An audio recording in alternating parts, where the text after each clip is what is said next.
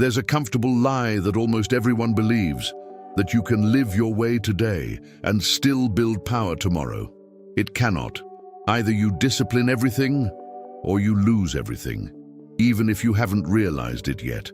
Because while you're negotiating with your own mind, the real world isn't negotiating with you.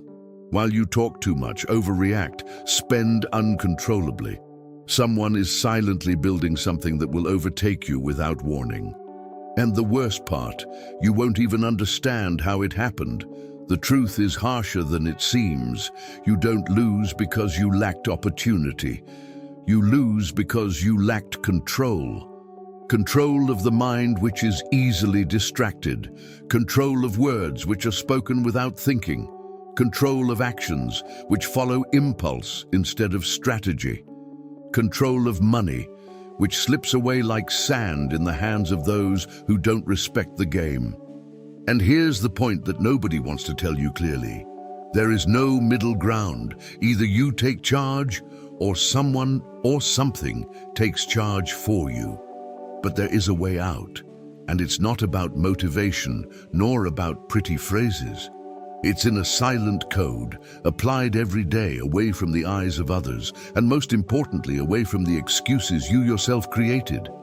If you understand this until the end, you'll not only see the game in a new light, you'll realize exactly where you're failing and what you need to do to turn things around. And from that moment on, there's no more pretending you don't know. If something inside you awakened while listening, don't ignore that feeling. This channel isn't about videos, it's about memories. Remember who you were before the fear, before the exhaustion, before the silence. Each new video here is a different reflection of your own soul, an invitation to understand what the world never taught you. The power you seek outside has always been within you.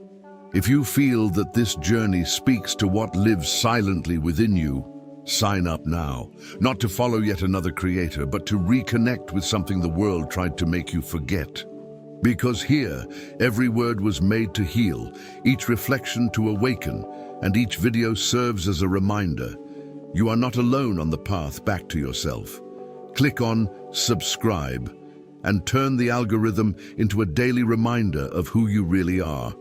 He realized early on that true power doesn't make noise, it doesn't shout, it doesn't beg, it doesn't try to convince. He enters the room, and the room changes. Not because he said something extraordinary, but because there's an invisible construction there. A silent sum of firm decisions, difficult renunciations, and a mind trained not to react to the world, but to command it. That's what many don't understand when they try to appear strong.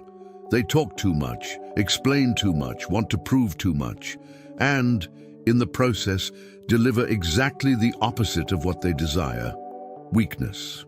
Machiavelli already warned, even indirectly, that the appearance of virtue is strategic, but presence, that comes from within, built in daily practice. It's politics guided by reality, not by ideals. It's not about seeming powerful. It's about being, even when no one is watching. And curiously, the less you try to show it, the more evident it becomes. Have you noticed how the most confident people rarely try to convince anyone of anything? They simply exist, and that's enough. Now think honestly, when you enter a room, do you command respect, or do you ask for disguised approval? This answer, however uncomfortable it may be, already begins to reveal the level of your inner control. And here's a point that few dare to face. Presence doesn't arise by chance. It arises from the repetition of difficult choices. That guy who seems unreachable today has already gone through phases where he had to swallow his own ego, remain silent when he wanted to explode, act coldly when everything inside him demanded a reaction. This isn't natural. It's training. It's virtue and fortune working together, but with a crucial difference. Luck only helps those who are already prepared. And preparation in this case means internal control. For example, while most react impulsively to criticism, he observes, While many desperately try to respond to messages, he decides when and how to respond. This seems small, but that's exactly where the game starts to change. The calculated use of force isn't in grand acts, but in micro decisions repeated every day. Want a practical example? Start observing how many times you react automatically. A notification, a provocation, anxiety. All of this pulls you in. Now imagine someone who isn't pulled in by anything. He chooses, always. This creates an almost uncomfortable aura for those who don't have that level of control. And that's where respect, or fear, begins. Because, as has already been said, it's better to be feared than loved, as long as one avoids being hated. But there's an even deeper detail, almost invisible to most. True presence comes from inner silence. It's not just the silence of not speaking. It's the silence of not needing to prove anything. And this only happens when the mind ceases to be a battlefield and becomes a conquered territory. When you stop negotiating your worth with the world, something changes. Your posture changes, your gaze changes, your energy changes, and people notice even if they can't explain it. It's as if you stop being influenced by the environment and start influencing it. But this comes at a price. You will need to give up easy validation, immediate applause, the need to please. You will need to accept that not everyone will like you, and that's okay, because those who are building real power don't seek to be loved by everyone. They seek to be respected by those who matter, and ultimately, that's the basis of everything. Decisions based on real human nature, not on comfortable illusions. Now, if presence is built like this, silently, then the inevitable question arises. What exactly do you need to control first to begin this transformation? He might even lose money, he might miss opportunities, he might even be underestimated for a while. But if he maintains control of his own mind, he never truly loses, because everything starts there. The mind is the true throne, and whoever surrenders that throne to external opinions, constant distractions, and emotional impulses has already been defeated before even beginning. It sounds harsh, but it's the naked reality, politics guided by reality, not by ideals. Most people live as hostages to what they feel in the moment. They wake up without motivation, so they don't act. They receive criticism, so they freeze. They see someone better, so they diminish themselves. That's not life, it's reaction, and reaction never builds power. Machiavelli implicitly always pointed to this. Whoever does not govern themselves will never govern anything. And here comes something simple, but brutally ignored. What you consume mentally defines who you become.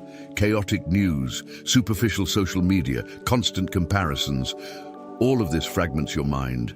Now imagine someone who consciously decides to filter this, who chooses what goes in, protecting one's own focus as if it were a scarce resource, because it is. And that's exactly what separates those who build from those who merely watch life go by. And he knows that controlling the mind isn't about positive thinking. That's a comfortable illusion. Mental control is discipline. It's about doing what needs to be done, even when you don't feel like it. It's about waking up and acting, even when your mind is trying to sabotage you. Because yes, your mind will try to sabotage you. It prefers comfort, predictability, security, even if it keeps you small. And that's where the real game comes in. The end justifies the means when the goal is to become stronger. This doesn't mean becoming cold or insensitive, but rather not being dominated by momentary emotions. Want a practical example? Establish small, daily victories that you don't negotiate. Waking up at the same time, training even without motivation, studying for 30 minutes even when tired, reading books that expand your vision like The 48 Laws of Power or Think and Grow Rich. This seems basic, but it's precisely the basics that build mastery, and repeated mastery becomes identity. and identity becomes presence. And when you realize it, you're no longer someone trying to discipline themselves. You are disciplined. This changes everything, because now your decisions don't depend on how you feel. They depend on who you've become. But here's the point that few people see. An uncontrolled mind doesn't only reveal itself in major flaws, it appears in small leaks, in the anxiety for answers, in the need for approval, in the irritation with irrelevant things. These details, added together, destroy any power structure, because they show that deep down you are still governed by external factors. And someone like that doesn't maintain authority, they only simulate it. But someone who masters their own mind creates something almost rare today: stability. And stability in the chaotic world we live in is pure power. They don't react to everything. They aren't shaken by anything. They observe, process, decide, calculated use of force, even in thought. And this begins to generate a curious effect. People start to trust more, respect more, and at the same time feel a certain distance, because they can't predict their reactions. And the unpredictable, when controlled, is powerful. But this raises an inevitable question. If the mind is the throne, then what happens when someone loses control of their own language? He learned in a way that few dare to admit. Words once spoken never return. And the problem isn't just what you say, it's what you reveal without realizing it. Most people betray weakness through their words. They complain too much, explain too much, promise too much, overreact. And in the end, they build an unstable, predictable image. Easy to read, easy to manipulate. Now observe someone who masters their own language. They don't speak to fill silence. They speak with intention. And often, they don't even speak, because they understand that silence, when well used, is more uncomfortable than any discourse. Machiavelli already made it clear between the lines: appearance of virtue, calculated use of force. This includes communication. Not everything you think should be said. Not everything you feel deserves to be exposed. And here comes a point that bothers me.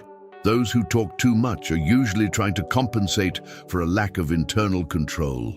It's as if words were an escape. Now imagine someone who doesn't need to explain themselves, who doesn't chase after justifying every decision. This type of posture doesn't ask for respect. It imposes it. And interestingly, the less he speaks, the more attention people pay when he decides to open his mouth. And that doesn't mean being cold or distant, it means being strategic, because language can build bridges or destroy empires. An impulsive comment, an emotional response, an unnecessary exposure, all of this can compromise years of work. And most people only realize this too late. That's why they develop an almost automatic filter. Does this need to be said? Does this add value? Does this strengthen my position? If the answer is no, they remain silent. It seems simple, but it requires a level of discipline that few possess. Better to be feared than loved, but above all, avoid being hated. And nothing generates more rejection than someone who speaks without thinking. Want a practical example? Start applying the 3-second rule. Before responding to anything, especially in moments of tension, pause, breathe, think. Only then speak. This alone eliminates 80% of errors. Another example. Drastically reduce the need to explain yourself. You don't need to justify every choice to everyone. Those who need to understand, understand. Those who don't need to, don't have access. This creates an invisible and powerful barrier. Because now your communication is no longer reactive, but deliberate. But there's an even deeper level to all of this. Controlling your tongue isn't just about what you say to others, it's about what you say to yourself. That inner voice that criticizes, doubts, sabotages, it also needs to be governed. Because ultimately, if you don't master your own inner discourse, the external one will never be solid. Decisions based on true human nature begin within the mind, but manifest through words. And words shape perception, and perception shapes power.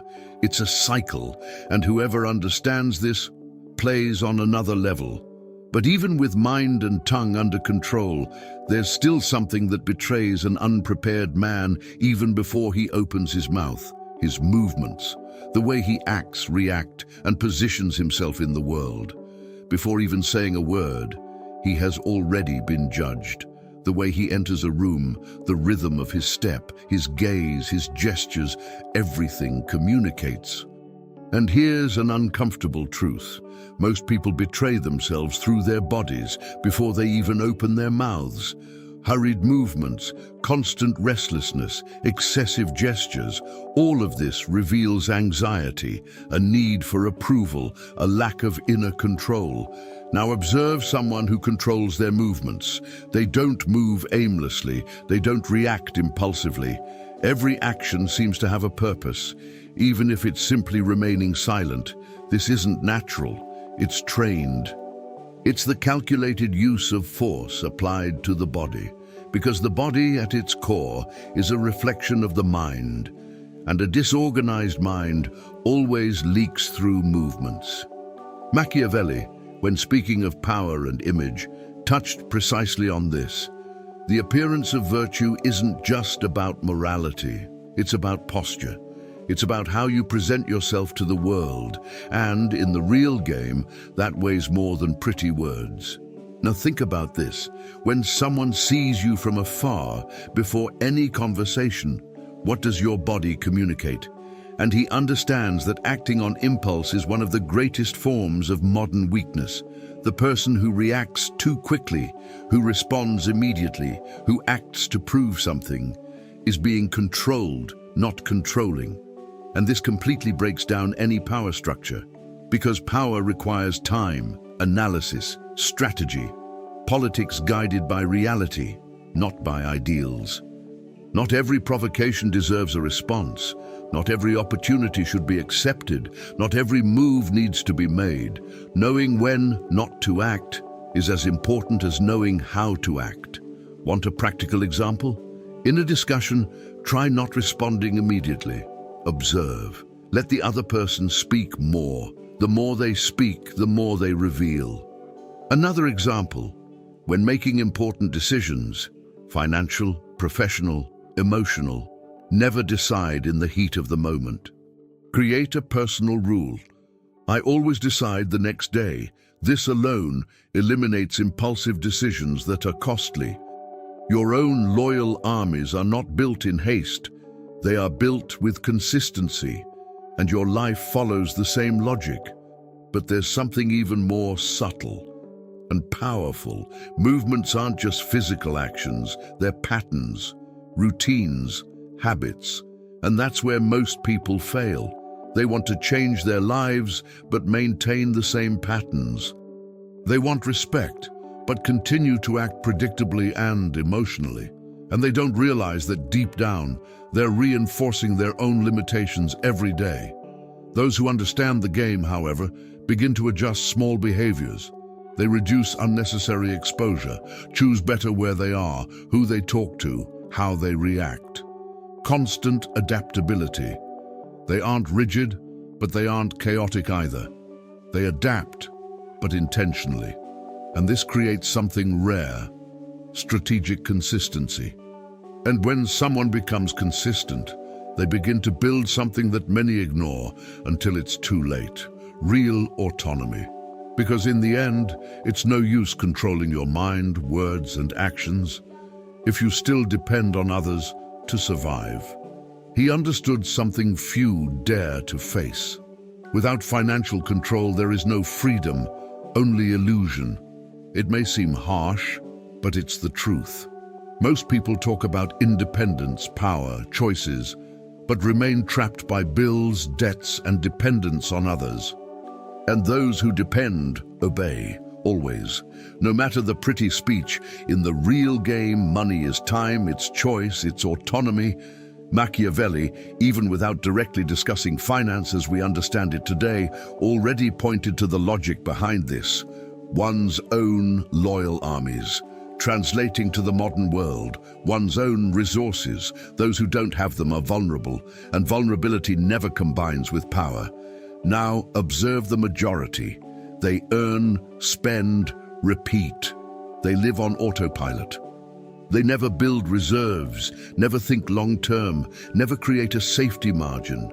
And then they wonder why they can't say no to situations they clearly shouldn't accept. The answer is simple, but uncomfortable. Lack of control, and without control, there is no strategy, only survival. And he does things differently. He treats money as a tool for sovereignty, not as a means of immediate pleasure. That changes everything. While many spend to appear to be something, he builds to become something. Politics guided by reality, not by ideals. This means conscious decisions, spending less than you earn, investing intelligently, avoiding debt that doesn't generate returns. It seems basic, and that's exactly why it works. Want a practical example? Create a simple rule. For every penny that comes in, a mandatory portion goes to investment. No negotiation. You can start with 10%, 20%. It doesn't matter. What matters is consistency. Another example. Minimally study where you are putting your money. Real estate funds, solid stocks, strategic fixed income. You don't need to be an expert, but you need to stop being ignorant in your own game. Because the end justifies the means when the goal is freedom. And financial freedom isn't about luxury. It's about being able to choose. Choosing where to work, who to associate with, what to accept or refuse. But here's the most profound point, the one almost no one talks about. Money amplifies who you already are. If you're reckless, it only makes that worse. If you're strategic, it enhances you. That's why financial control begins before earning more. It begins with how you manage the little you already have, calculated use of power applied to money. And this requires something many avoid: silent discipline. It's not about posting earnings. It's not about showing off your lifestyle. It's about building in the dark. The power of isolation appears clearly here. While the world is distracted trying to impress, he is accumulating resources, creating a base, building real freedom. And when this begins to consolidate, something changes. He no longer needs to accept just anything. He no longer reacts out of necessity. He chooses, and whoever chooses plays on another level. But to reach that level, there's an inevitable phase that few accept: withdrawal, silence, strategic isolation. He began to notice something that at first seemed strange. The more he evolved, the less he fit in. Shallow conversations began to tire him. Noisy environments began to bother him. Distractions that once seemed normal began to seem like a waste of time. And for a moment, he thought something was wrong, but there wasn't. It was just the beginning of something few have the courage to go through: strategic isolation.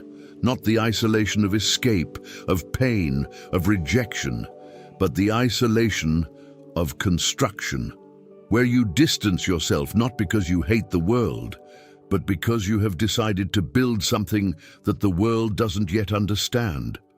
Machiavelli already pointed out, indirectly, that great decisions are made away from the noise, because noise confuses. And those who are always exposed to external opinions never develop their own thinking. Politics guided by reality, not by ideals. This means accepting that for a while you will walk alone, and that hurts, because human beings have been conditioned to seek belonging. But belonging without direction is a disguised prison, and he transforms this isolation into a laboratory. While many see solitude, he sees space. Space to think, to test, to make mistakes without an audience, to adjust course without pressure. This creates something powerful: clarity. And clarity is an incredible advantage in a world full of distractions. Want a practical example? Set aside blocks of time without external stimuli. No cell phone, no social media, no notifications, just you and your thoughts. At first, it will be uncomfortable. Your mind will try to escape. But that's exactly where the work begins. Another example, drastically reduce contact with environments and people who don't contribute to your evolution. This isn't arrogance, it's strategy. Avoiding being hated doesn't mean pleasing everyone. It means knowing where you should be and where you shouldn't. And little by little, you begin to notice something curious. The more you distance yourself from the noise, the more you hear your own direction. And this completely changes the way you make decisions. But there's a point that separates those who use isolation as a tool from those who use it as an excuse. Intention. Isolation without purpose becomes stagnation. Isolation with purpose becomes accelerated evolution. He doesn't isolate himself to escape life. He isolates himself to come back stronger, virtu and fortuna. He prepares himself, and when the opportunity arises, he is ready. Because while many were distracted, he was building. And when he returns to the game, he returns different. Calmer, more strategic, harder to read. And this generates an inevitable effect. People start trying to understand him. They start observing more. And without realizing it, he's already one step ahead. Because whoever masters their own inner space begins to see the external world with much more clarity. And then a skill emerges that completely changes the game. The ability to read people. He understood something that completely changes the game. People are rarely what they say they are. They are what they repeat. It's their patterns, their reactions, their silences, and especially their contradictions. While most people listen to words, he observes behavior. Because words are easy to manipulate, behavior is not. And this is where the difference begins to appear. While many are swayed by beautiful speeches, he analyzes microsignals, inconsistencies, changes in tone, excessive justifications, exaggerated promises. All of this reveals more than any phrase. Machiavelli already made it clear between the lines that decisions based on real human nature are always superior to comfortable illusions. And human nature is predictable when you learn to observe. Whoever wants something, shows it. Whoever hides something also shows it. But this requires presence, attention, inner silence. Because whoever is distracted doesn't read anyone. They only react. Now think, how many times have you believed what someone said, completely ignoring what that person was doing? And he begins to develop a type of intelligence that can't be learned from books alone. It's trained in practice. He observes more than he speaks. He asks more than he asserts. And above all, he doesn't give himself away quickly, because he understands that trust isn't given, it's built. And here enters a silent principle of power. The less you reveal, the more you collect. Calculated use of force, applied to information. Want a practical example? In a conversation, let the other person speak more. Don't interrupt. Don't finish sentences. Just observe. The more a person speaks, the more they expose themselves.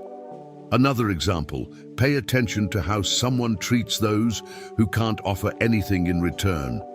This reveals character much more than any discourse. And little by little, you begin to notice patterns.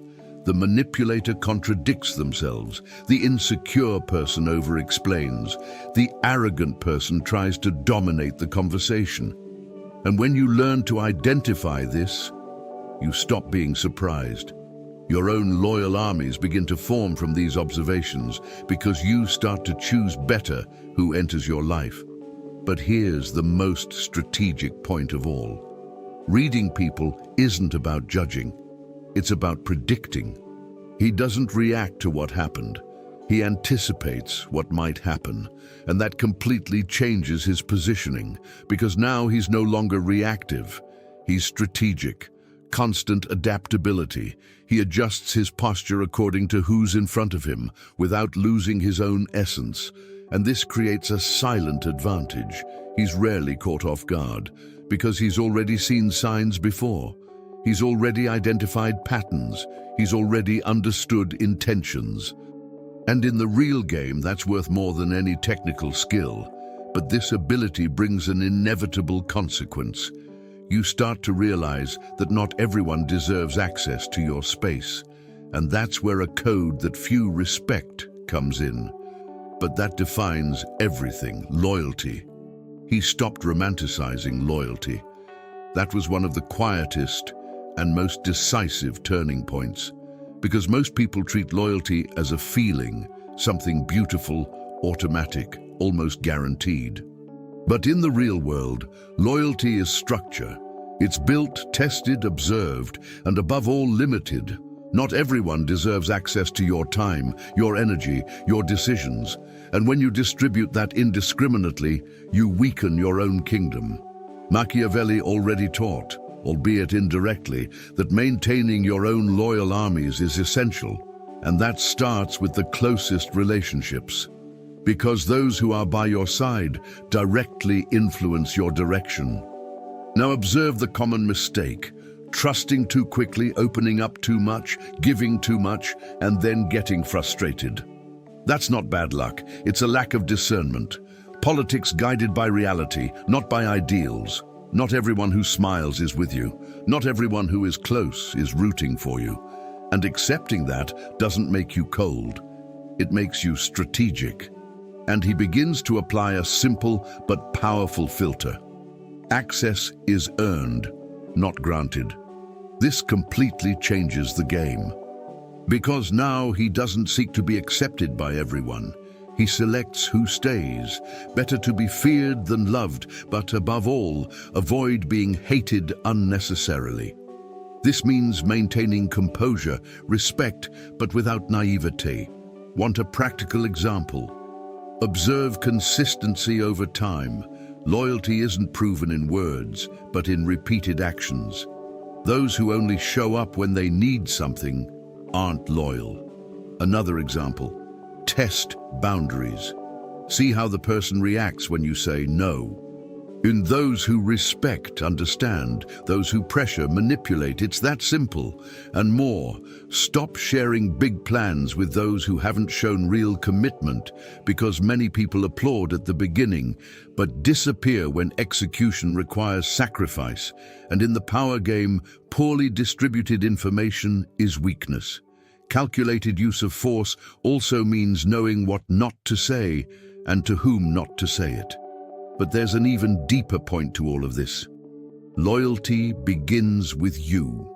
Because if you're not loyal to your own values, decisions, and goals, no one else will be. It seems obvious, but it's not lived. How many times have you promised yourself something and not fulfilled it? To train, to study, to change habits, and you abandoned it halfway through? This breaks something internal, and those who don't trust themselves seek validation outside.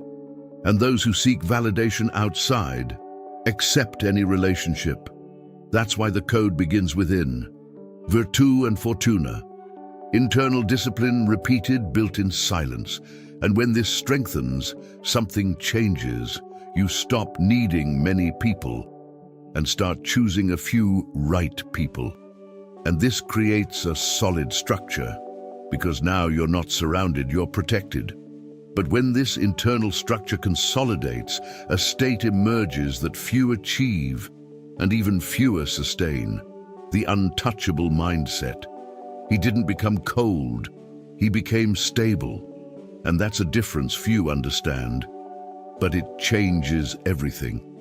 Most people confuse control with a lack of emotion, when in reality, true power lies in not being dominated by them. He feels, of course he feels, but he doesn't get lost. He doesn't react impulsively. He doesn't crumble under criticism. He doesn't get too carried away by praise. He remains, And this constancy, in an emotionally chaotic world, is what makes him practically untouchable. Machiavelli already pointed out that decisions based on real human nature require strategic detachment, because those who get too involved expose themselves too much, and those who expose themselves too much become vulnerable. Now look around you.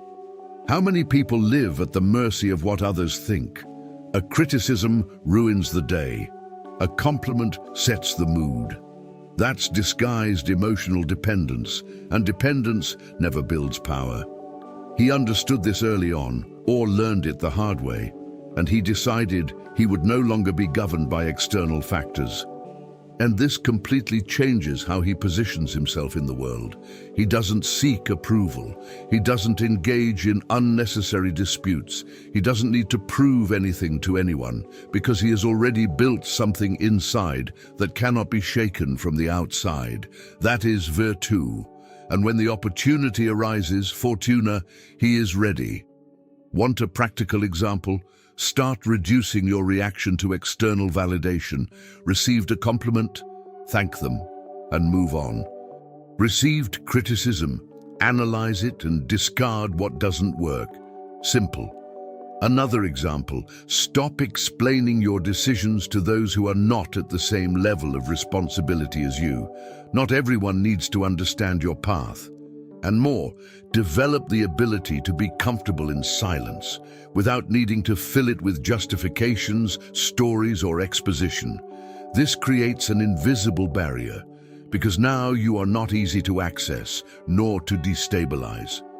It's better to be feared than loved, as long as you avoid being hated, and those who can't read you tend to respect you more. But here's the point that separates the strong from the truly rare. This mindset isn't built in a moment of inspiration. It's built through daily repetition, on ordinary days, on difficult days, when no one is watching.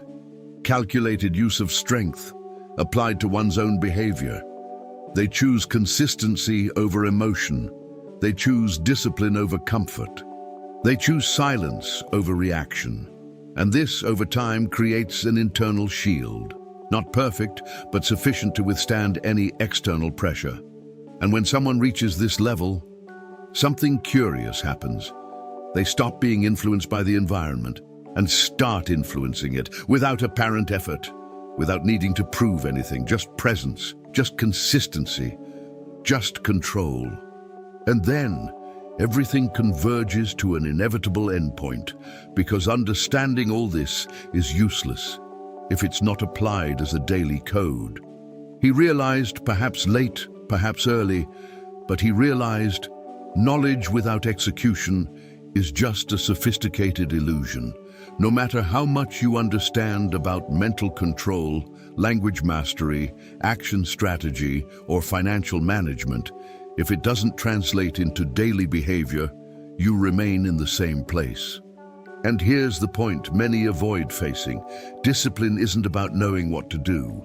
It's about doing it even when you don't want to. Politics guided by reality, not ideals. Because in an ideal world, everyone would be consistent, focused, strategic. But in the real world, most fail at repetition. And that's exactly why few build anything relevant. Machiavelli already made it clear between the lines that power isn't in the plan, it's in the execution. And execution requires something that cannot be outsourced: responsibility. There's no point in waiting for motivation. There's no point in waiting for the perfect moment. The moment is now, and always has been. And he transforms all of that into a simple but non-negotiable code. Mind, mouth, movements, and money. 4 pillars, 4 areas that, when mastered, completely change the game. But here's the secret that few apply: brutal consistency in simple things. He doesn't try to change everything at once. He builds a system. For example, he starts the day with mind control. No cell phone, no distractions, focusing on what needs to be done. He controls his tongue, avoids unnecessary talking, thinks before responding, reduces exposure. He controls his movements, acts with intention, avoids impulses, decides strategically. He controls his money, records, invests, protects. It seems basic, and that's exactly why it works. Virtu and fortuna. He does his part every day, and when luck appears, he finds someone prepared. And little by little, this ceases to be effort and becomes identity. And identity, when consolidated, doesn't waver easily. But there's one final detail, and perhaps the most important one. This code isn't about becoming someone different. It's about becoming someone solid, someone who doesn't break easily, someone who doesn't depend on the environment to act, someone who builds, even in silence. Calculated use of force applied to one's own life. And this requires a decision that many avoid, to stop negotiating with oneself, because every time you negotiate with your own discipline, you weaken your structure. And whoever doesn't keep their word can't keep anything. Therefore, the final code isn't complex, it's uncomfortable, it's waking up and doing, it's repeating when no one is watching, it's continuing even without immediate results. And that's exactly where most give up, and few advance. And if few advance, then perhaps it's because few are truly willing to live this code. Now answer me honestly, how many times have you known exactly what you needed to do, and he simply didn't do it? It wasn't due to a lack of information. It wasn't for lack of opportunity. It was a lack of execution. And this is where everything truly falls apart. Because understanding this code won't change your life. Applying it changes things. So the question is no longer, does this make sense? The question now is, what are you going to do with it tomorrow? You will continue reacting to life, or are you going to start taking charge? Will you continue to allow your mind to be distracted? Your words for impulses, your movements towards emotions? And what about your money for poorly thought out decisions? Or will it finally take control? Because there is no neutrality here. Either you are building power, or is he slowly letting go of it? And perhaps the most unsettling thing about all of this is realizing that nobody is going to do it for you. No one will discipline you. No one will save you. No one is going to come and pull you to the next level. Or you decide, or you stay exactly where you are. Now tell me, which version of you is in charge today? And more importantly, which version will be in charge tomorrow? If this content made you see something you were ignoring, if any part of this bothered you, it's because you know you need to take action. So it begins today with something simple, but it begins. And if you want to continue learning how to build this type of mindset, how to develop real control, presence, strategy, and power, subscribe to the channel and turn on notifications. Because here, we don't talk about what's comfortable, we talk about what works.